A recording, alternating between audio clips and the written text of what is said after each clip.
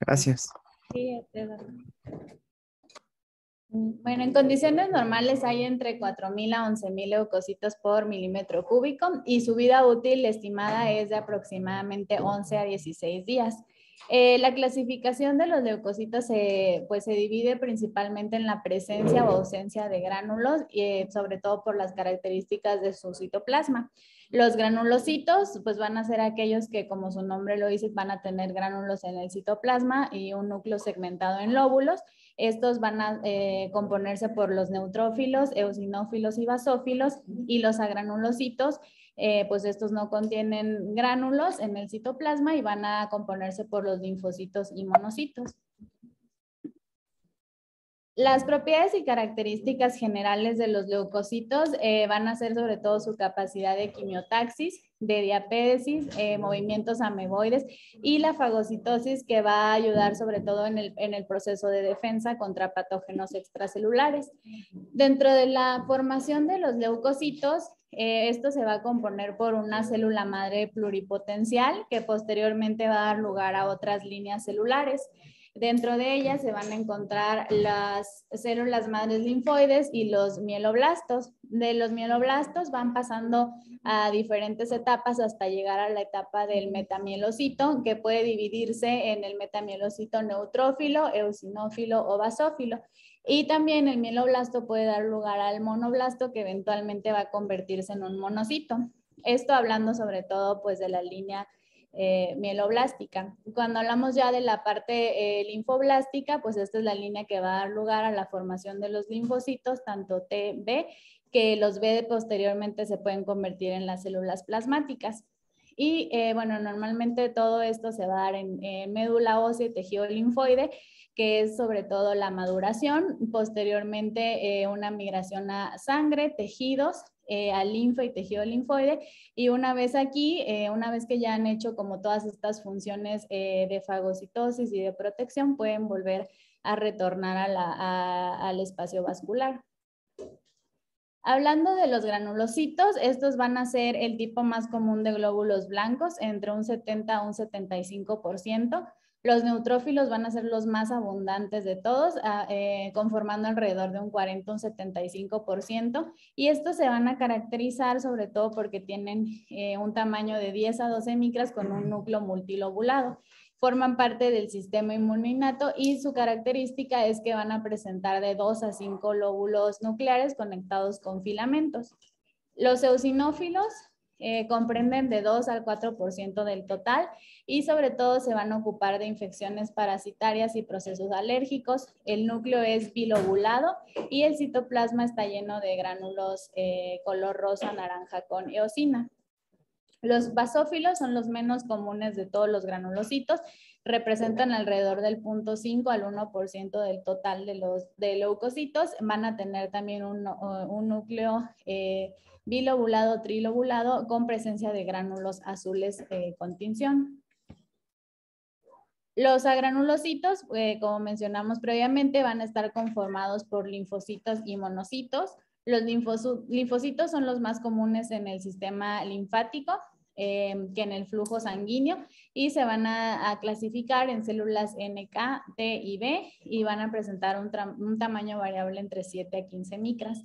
Y finalmente los monocitos son aproximadamente el 5% del total de los glóbulos blancos. Estos van a ser los que se van a convertir en macrófagos y pues la forma de su núcleo se caracteriza por tener una forma arriñonada.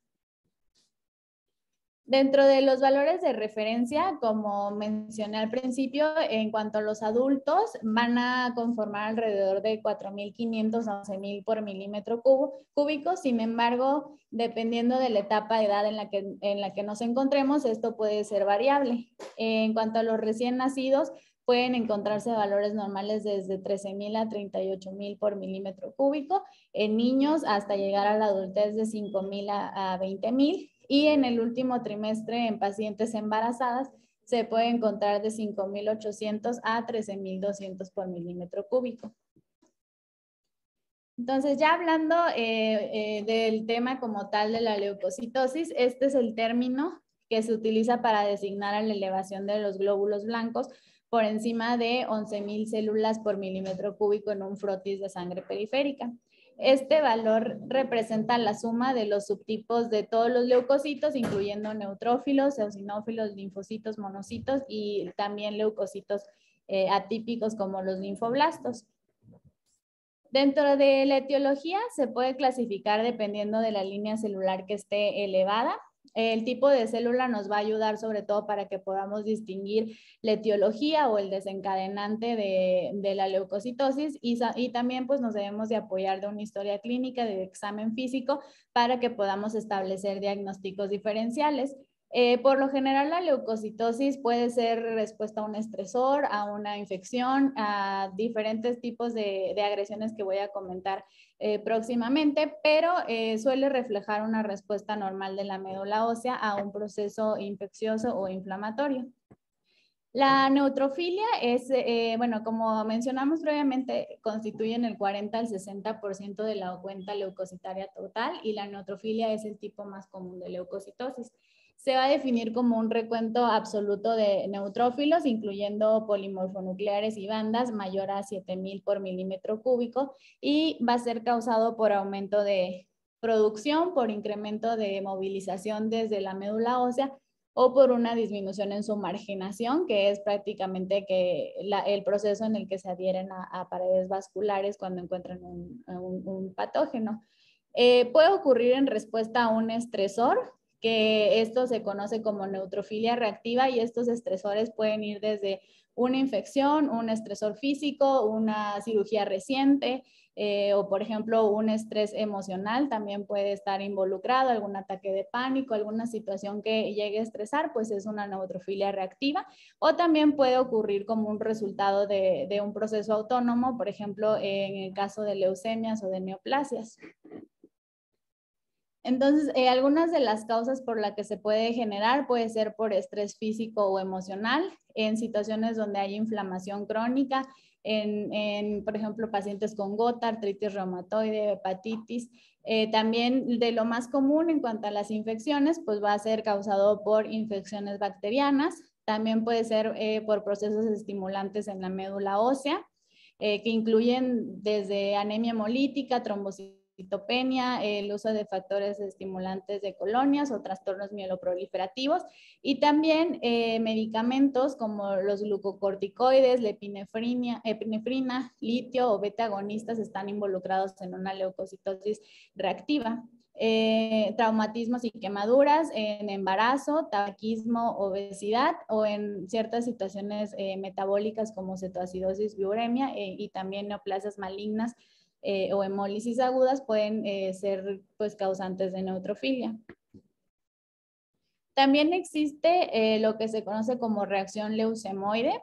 En esta pues va a ser como definición el incremento transitorio de cuenta de glóbulos blancos en una cantidad mayor a 50,000 por milímetro cúbico, y esto puede estar conformado por neutrófilos maduros, inmaduros o ambos en ausencia de una neoplasia mieloproliferativa. Por lo general, dentro de la reacción leucemoide está conformada por neutrófilos maduros. Se puede llegar a confundir con leucemia, sobre todo por la gran cantidad de leucocitos que suelen elevarse, y por eso mismo se requiere hacer un adecuado abordaje para que se pueda definir la causa de esta reacción leucemoide. Sobre todo se va a hacer como un diagnóstico diferencial, porque en una leucemia vamos a encontrar más células blásticas, en una reacción leucemoide es mucho más común que tengamos neutrófilos maduros, además de que esta reacción leucemoide mejora después de que se trata la causa subyacente, y esta causa subyacente puede ir desde que sea causada por sepsis, rechazo de órganos, tumores sólidos, infecciones, neoplasias como cáncer de mama o de pulmón y citocinas. Ya cuando tenemos cantidades muy elevadas, desde alrededor de 100,000 por milímetro cúbico, pues ya se puede considerar más en una leucemia o en un trastorno mieloproliferativo. Entonces, dentro del abordaje de la neutrofilia, lo que tenemos que considerar es historia de tabaquismo, infecciones, inflamación crónica, medicamentos o esplenectomía.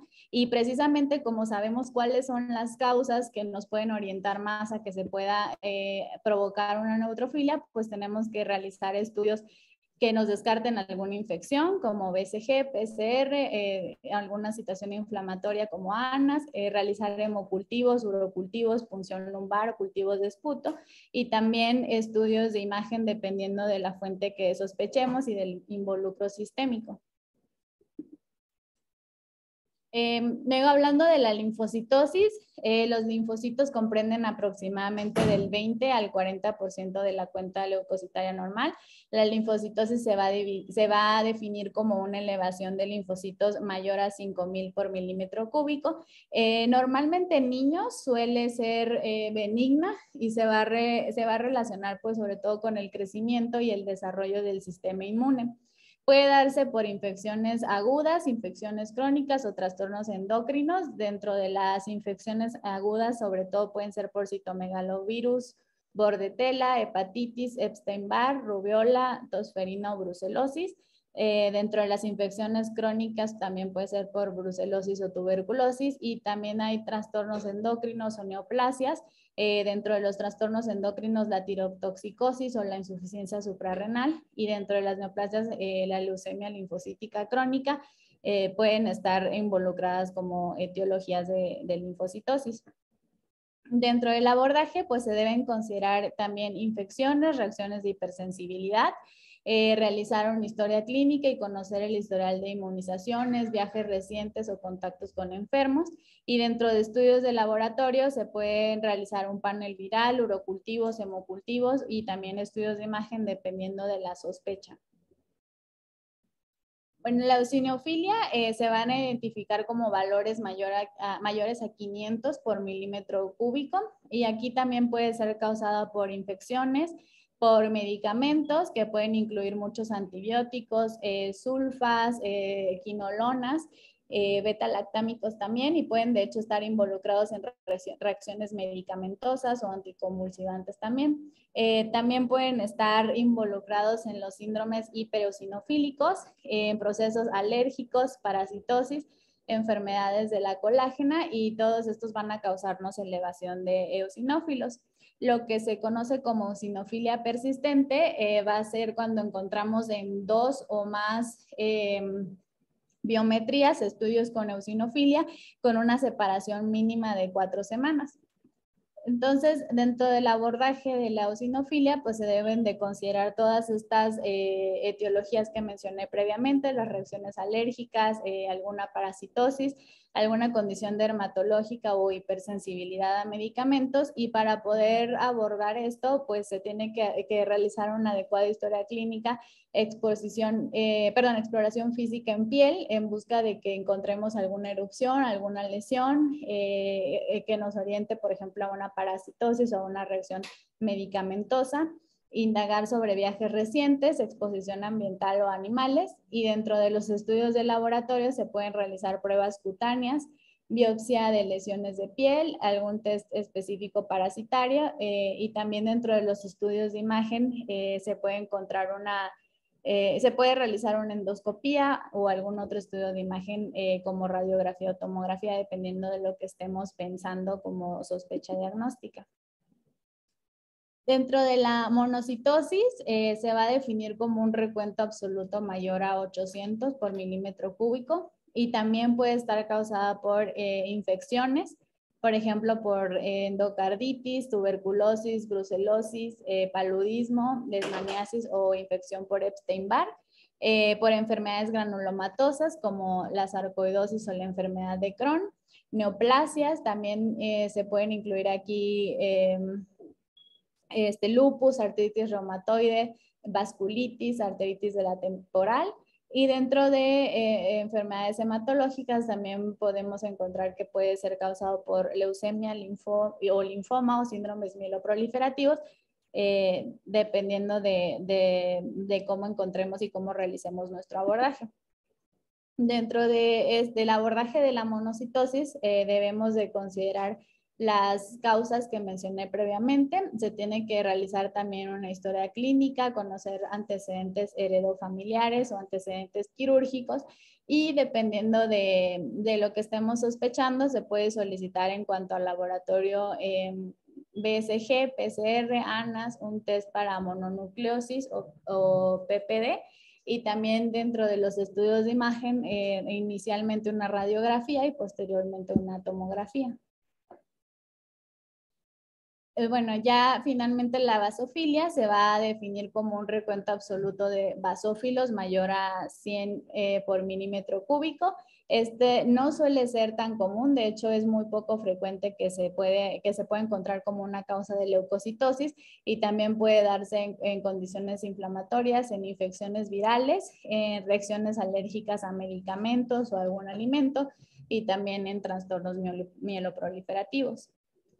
Aquí también para el abordaje de la monocitosis, pues tenemos que considerar ya sea una reacción alérgica o alguna causa de neoplasia, realizar historia clínica, evaluar la sintomatología, sobre todo presencia de síntomas B, y dentro de los estudios de laboratorio, pues se pueden solicitar marcadores de inflamación o estudios de imagen como una radiografía inicialmente y posteriormente una tomografía.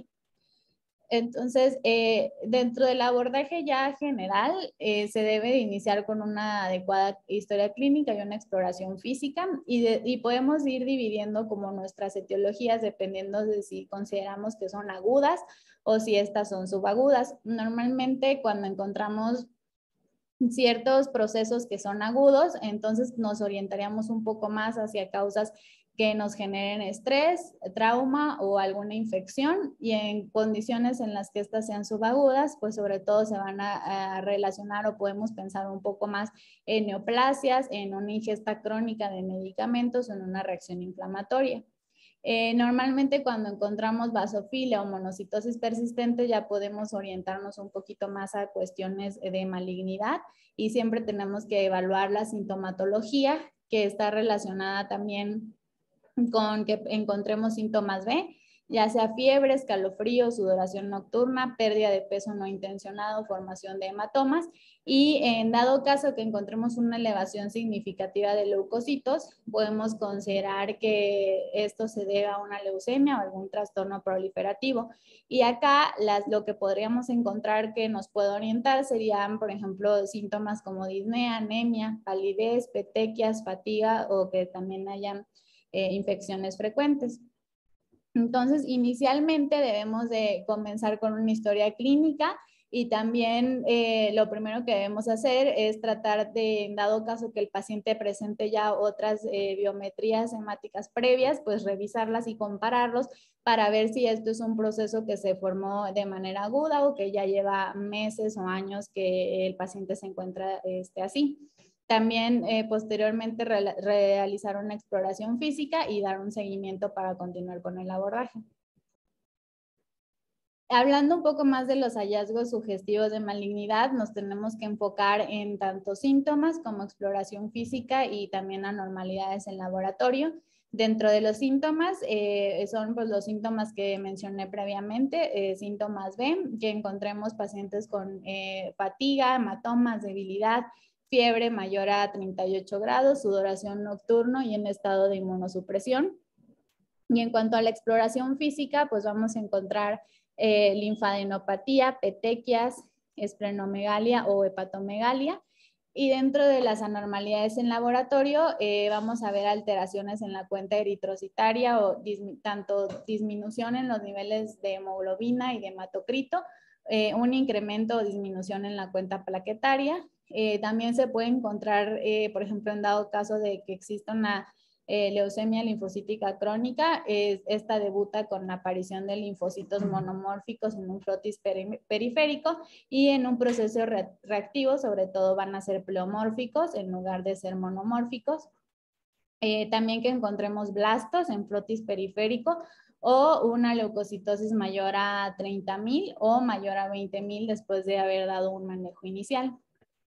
Entonces, para evaluar datos de malignidad, se tiene que obtener una BH con diferencial, tanto nuevos como previos, evaluar un frotis periférico, y en esta se debe realizar un diferencial manual en dado caso de que se encuentre una anormalidad en el diferencial automático, y también realizar algún aspirado de médula ósea e incluso una biopsia en caso de encontrar células inmaduras sin linfoma. Y aquí hay un algoritmo que nos ayuda sobre todo para, pues para orientarnos un poco también a la causa.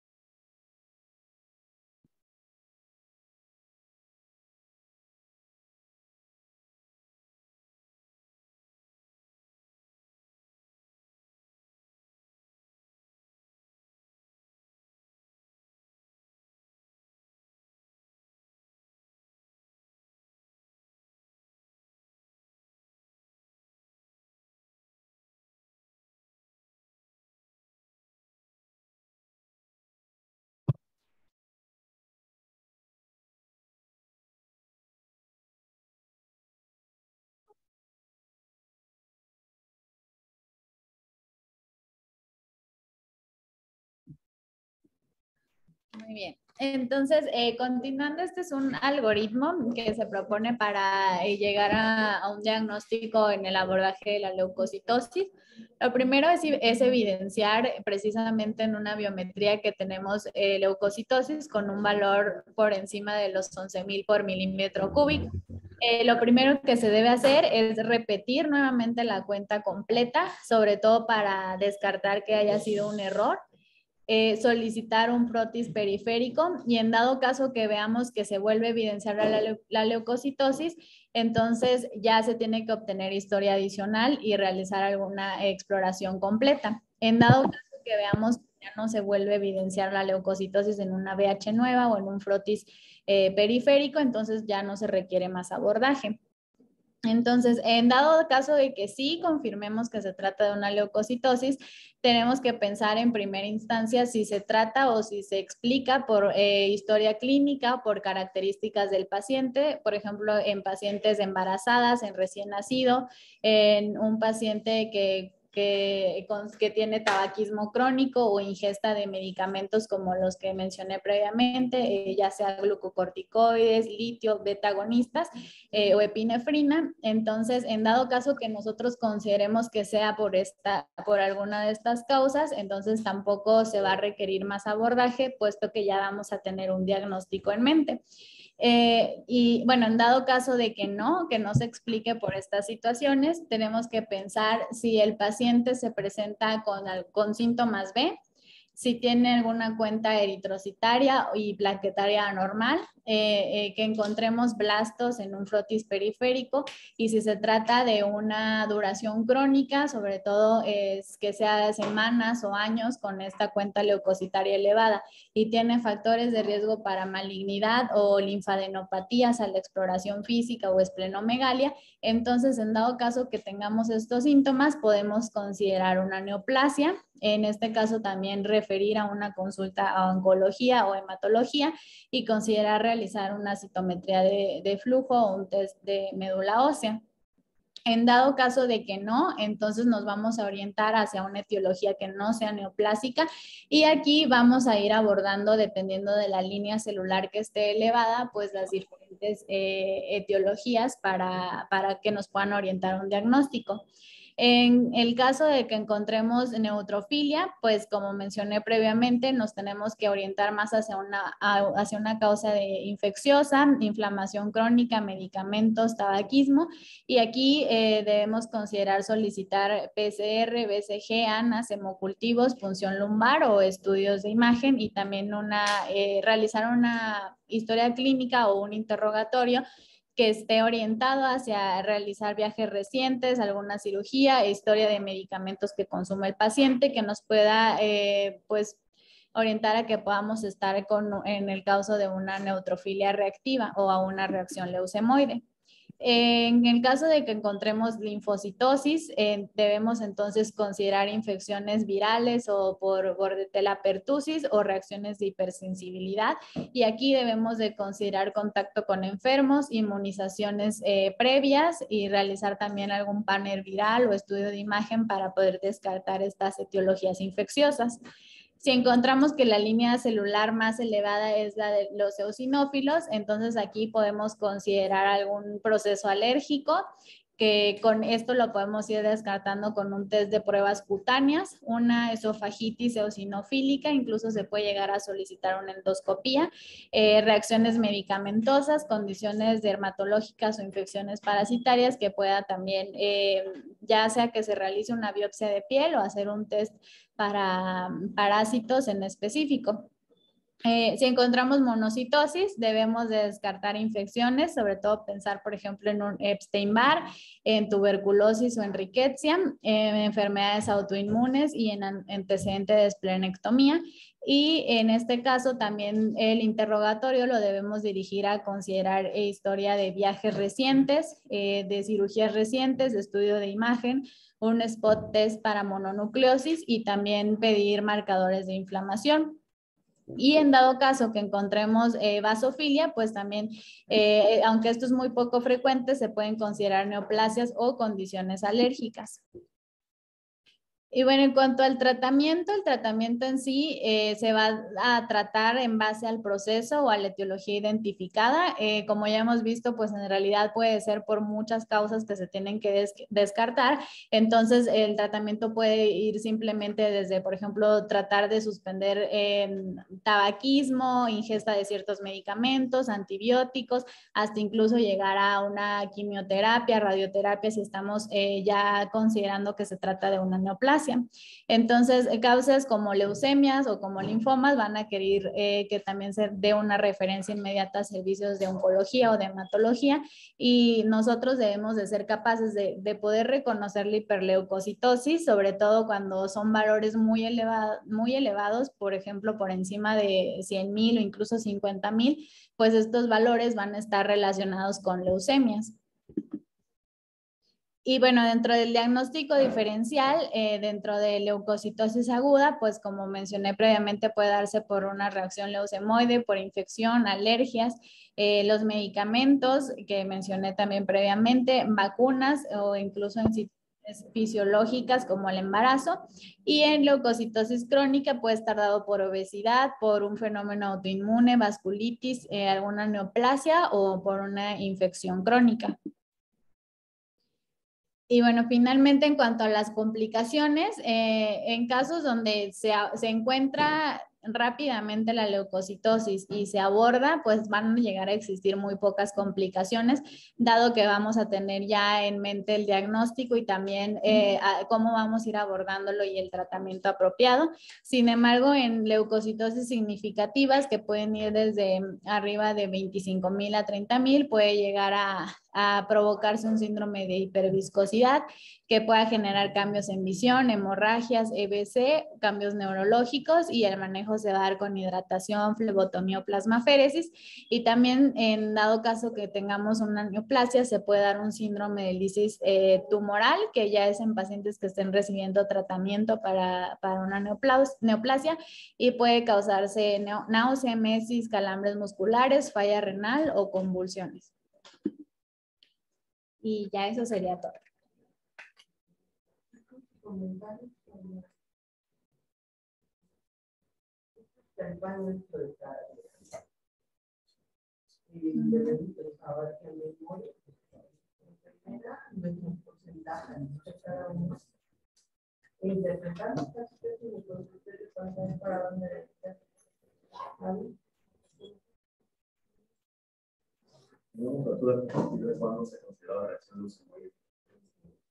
¿De cuántos leucocitos? Ajá, a partir de 50. Sí. Pero ya cuando 40. Sí, ya puedes orientarte más, sí.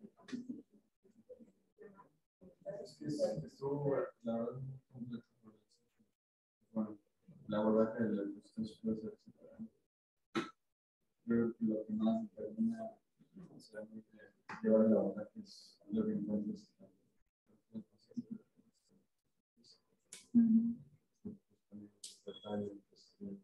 Entonces, por sí solos, en pocos casos,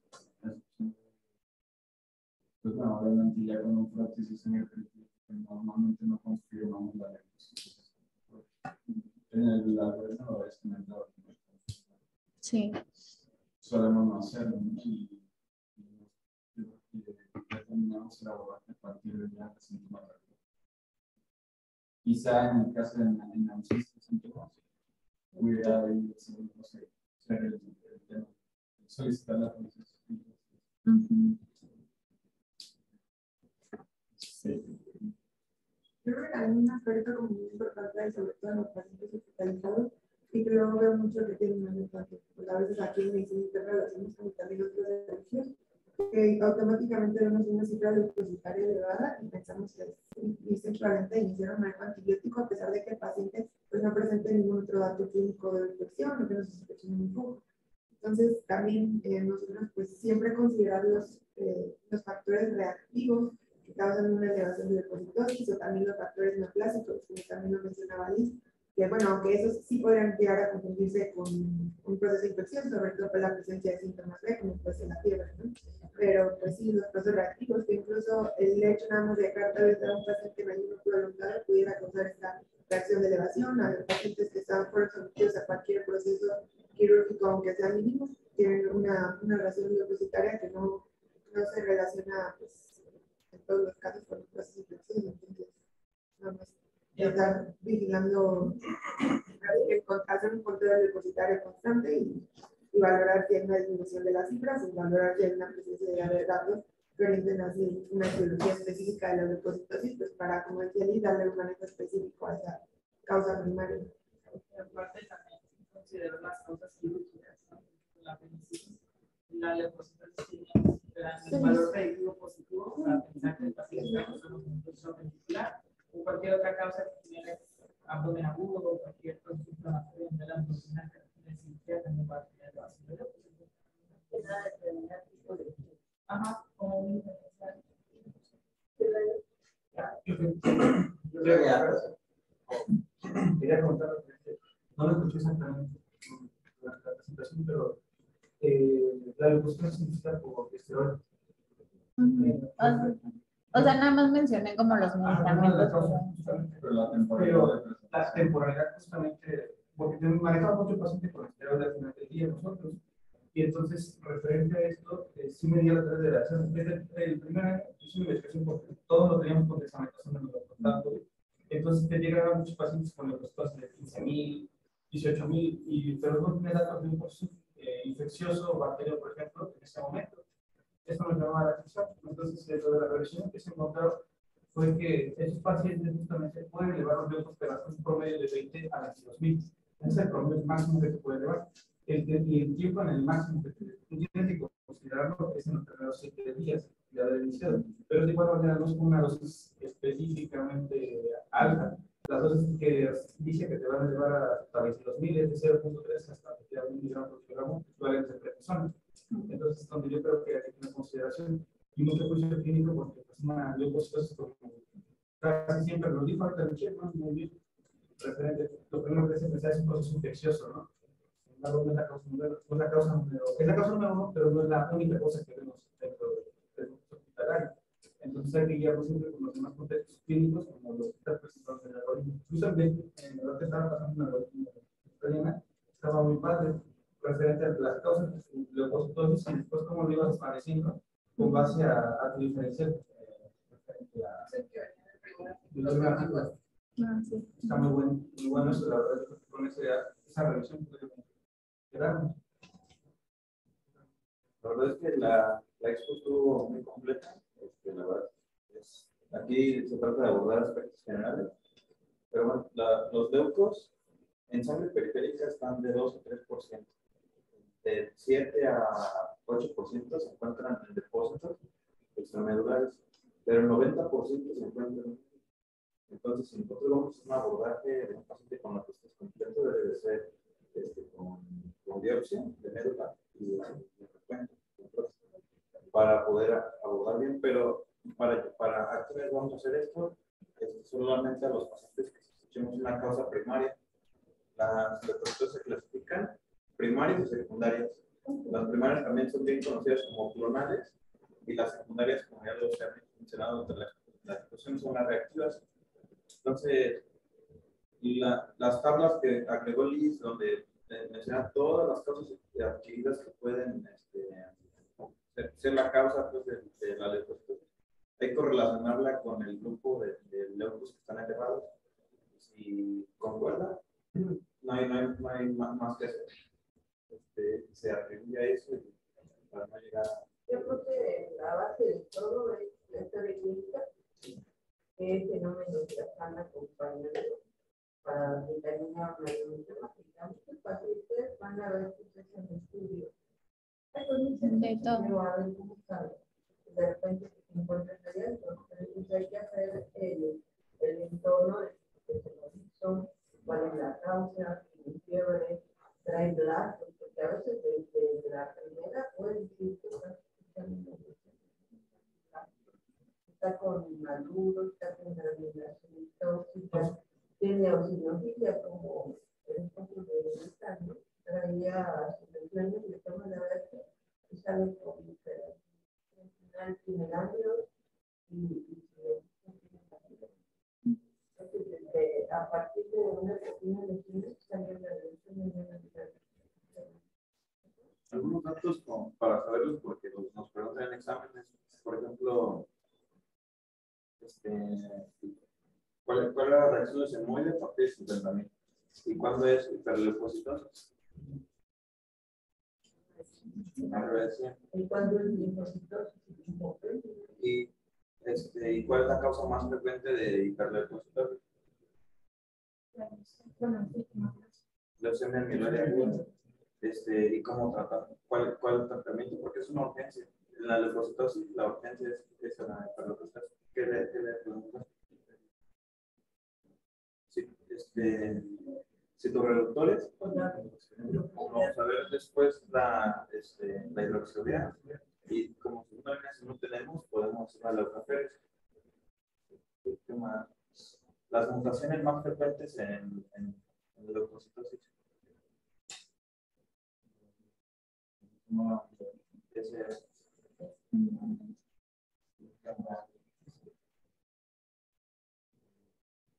Y cuando la más frecuente es la que se expensas de los neutrófilos. Aquí hay que también valorar el índice de neutrófilos blandos. Cuando mencionen que se desvían a la izquierda, significa que hay mayor porcentaje de células inmaduras, que pueden ser promielocitos, o células en banda. Los neutrófilos son las células que tienen su núcleo más segmentado, son 3. ¿Sí? Entonces, la banda es como que el núcleo apenas está separado, parece una banda. Y es un porcentaje mayor a 10. Y ahí también ahí está indicada la leche. Pero estuvo muy bien.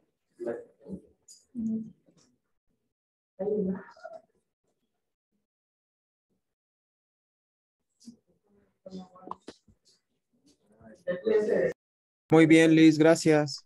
Gracias, Doc. Nos Bye. vemos. Bye.